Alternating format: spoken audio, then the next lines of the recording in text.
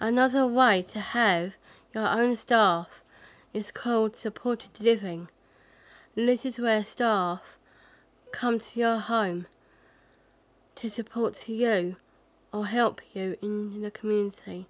Amy introduces us to Keyring and talks about how they support her. This is Lee Hart, my community living volunteer.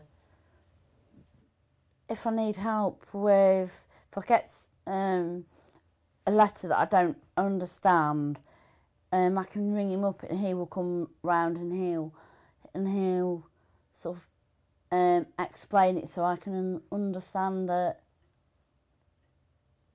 I'd probably end up in residential care if I hadn't had Lee's support, and my life would have been a lot different to it is now. But for those things that they need support with, such as reading letters, sorting bills out, some of the day-to-day things that anybody finds difficult, that's when we're there. So again, it tends to be, members can call up and phone and say, oh, can you come round and help with this? Or I'll usually pop round at least once a week and just check that everybody's all right.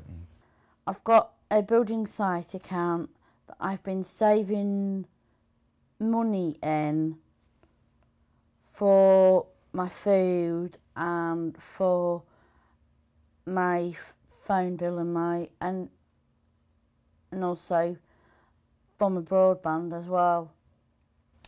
It differs from member to member. Amy gets a lot of support from her mum as well, and her mum tends to help with the sort of bill elements.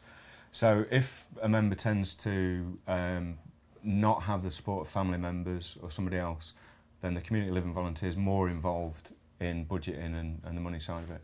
If they've got that family support, and again, Amy came from from living at home, so sort of there's still that tie there, and obviously they help out. Mm-hmm. There are members that have come from residential care or that have come from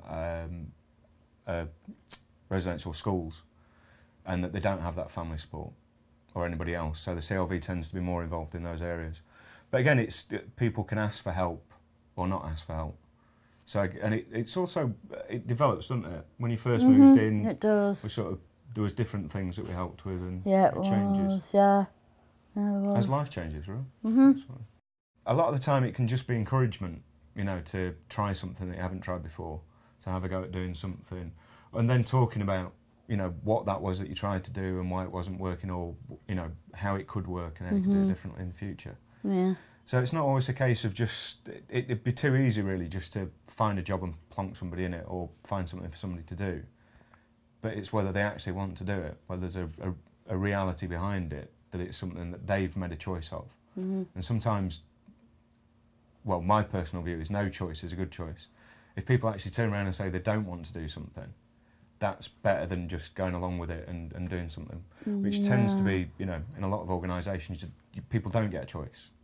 They are grouped together and shuffled out, and So if people actually have their own flat and say, no, I don't want you to come around, or I don't need your help, that's great. It is scary out in the big wide world, but once you're out there, it gives you a lot of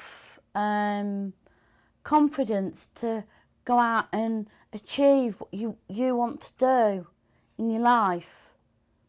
Keyring is the most fantastic network to be in, and I'd say to anyone out there, it's a fantastic thing to do.